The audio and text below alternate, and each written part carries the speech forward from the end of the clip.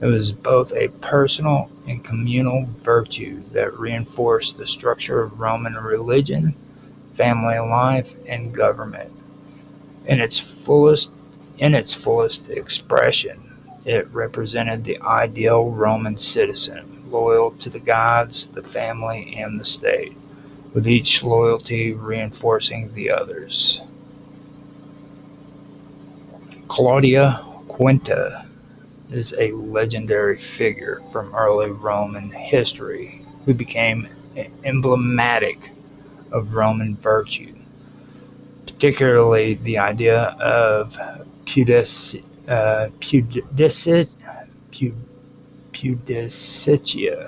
Pudicia,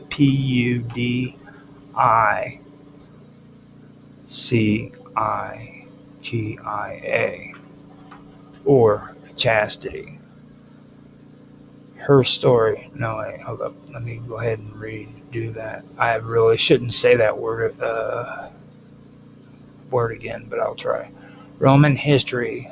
Okay, Claudia Quinta is a legendary figure from early Roman history who became emblematic of Roman virtue, particularly the idea of pudicitia or chastity. Her story is closely associated with the arrival of the cult of Magna Marta, which is Cybele, in Rome during the Second Punic War around 204 BCE. According to tradition, when the Romans decided to import the goddess from Phrygia, modern-day Turkey, to Rome in a response to ominous prophecies during the war with Hannibal, her sacred image, a black stone believed to embody the goddess, was transported by sea. As the ship carried the Magna Marta reached the mouth of the Tiber River, it became stuck and could not be pulled upstream. The priest interpreted this as a divine sign that only a woman of perfect chastity could successfully bring the goddess into the city.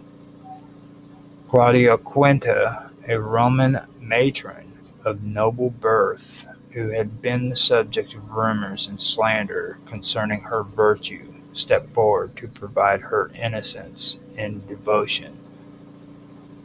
She prayed to the goddess for vindication, asserting her chastity before the people and the gods. Then, according to the story, she miraculously hauled the massive ship free with her own hands, thereby clearing her name and winning the divine approval.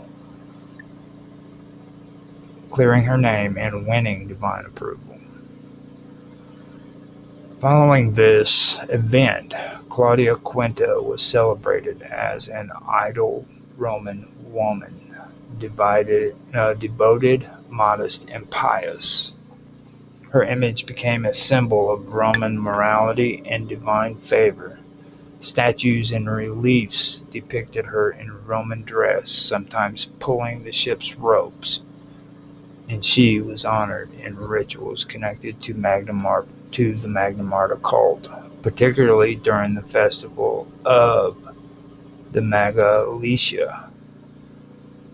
Her story served both religious and political purposes. In religious terms, she embodied the ideal intermediary between Roman society and a foreign deity, proving that Roman virtue was strong enough to integrate and purify external religious influences.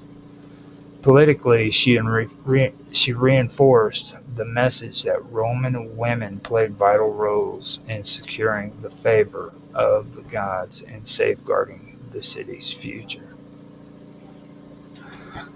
Claudia Quinta's legacy lived on in Roman art and literature as an enduring model of female virtue and divine favor. Later emperors and noble families sometimes used her image or reference or referenced her story to associate themselves with purity, moral strength, and the protective power of Rome's gods. The title Mater Deum, meaning Mother of the Gods, refers primarily to the goddess Cybele in her Roman form, who was adopted into Roman religion from her origins in Phrygia in modern-day Turkey. In Greek religion, she was known as Meter Theon, Metertheon, or Magna Meter Theon, which is Magnametertheon. And the Romans translated this into Latin, which was Magna Mater Deum Idea.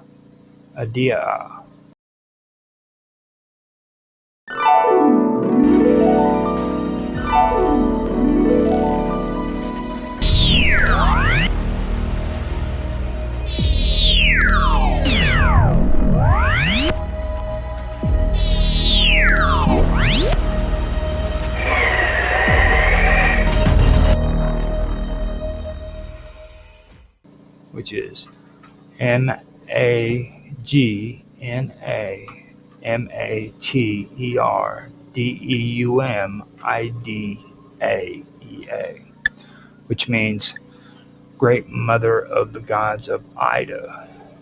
The epithet emphasizes her role as a primary cosmic force, a mother figure not only to the gods themselves but also to the natural and spiritual realms over which they preside. As the Mater Deum, Cybele represented the fertile power of the earth, the generative force behind all life. Her worship involved themes of death and rebirth, seasonal cycles, and ecstatic devotion. She was considered both nurturing and fearsome, a protector of cities and people, but also a wild, untamed force capable of inspiring madness or divine frenzy. This duality was reflected in her mythology and rituals. She was said to dwell in the mountains surrounded by lions and accompanied by her consort Attis, whose tragic self-castration and rebirth were key elements of her mythological cycle. The Roman state officially adopted the worship of the martyrdom during a time of crisis, the Second Punic War, after consulting the Sibylline books, or Sibylline books, which recommended bringing her from Pessinus in Phrygia to aid the Roman cause. Her arrival marked a moment of cultural expansion in Roman religion, incorporating Eastern deities into the Roman pantheon while framing them within Roman values. The goddess was housed in a temple on the Palatine Hill and honored during the annual festival of Megalesia in April, which included processions, games, and ritual performances. While her state cult was relatively restrained, the more ecstatic and mystical aspects of her worship were conducted by her eunuch priests, the Galli, which is spelled Galli, for anybody who is interested, and included frenzied dancing, music, self-flagellation, and, in some cases, self-castration, mirroring Attis's sacrifice. These practices were considered foreign and even disturbing to many Roman elites, yet they were tolerated and even honored within defined ceremonial spaces, highlighting the complex relationship Rome had with foreign cults and the boundaries of acceptable religious expression. The title martyrdom thus carried profound religious, symbolic, and political significance. It linked Cybele to the broader pantheon, not only as a mother figure, but also as a stabilizing cosmic force whose presence was meant to protect Rome and ensure its prosperity. Through her, the Romans sought to express their control over nature, their openness to outside traditions, and their alignment with divine power during times of both crisis and triumph. The Galli were the eunuchs, or the eunuch priests of the goddess Cybele, also known as the Magna Marta, or martyrdom, whose cult was brought into Rome from Phrygia during the 3rd century BCE.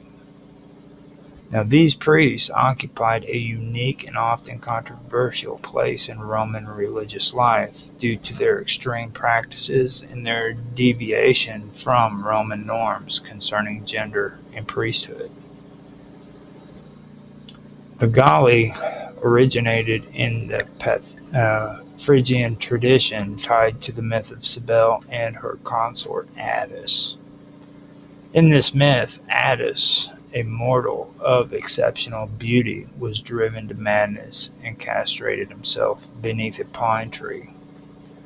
He died as a result, and Cybele either resurrected him or caused him to be eternally remembered. This myth served as the spiritual foundation for the Galli, who demonstrated their devotion by ritually castrating themselves, typically during a spring ceremony known as the Day of Blood. This act was part of a broader festival that commemorated Attis's death and rebirth. In terms of appearance and behavior,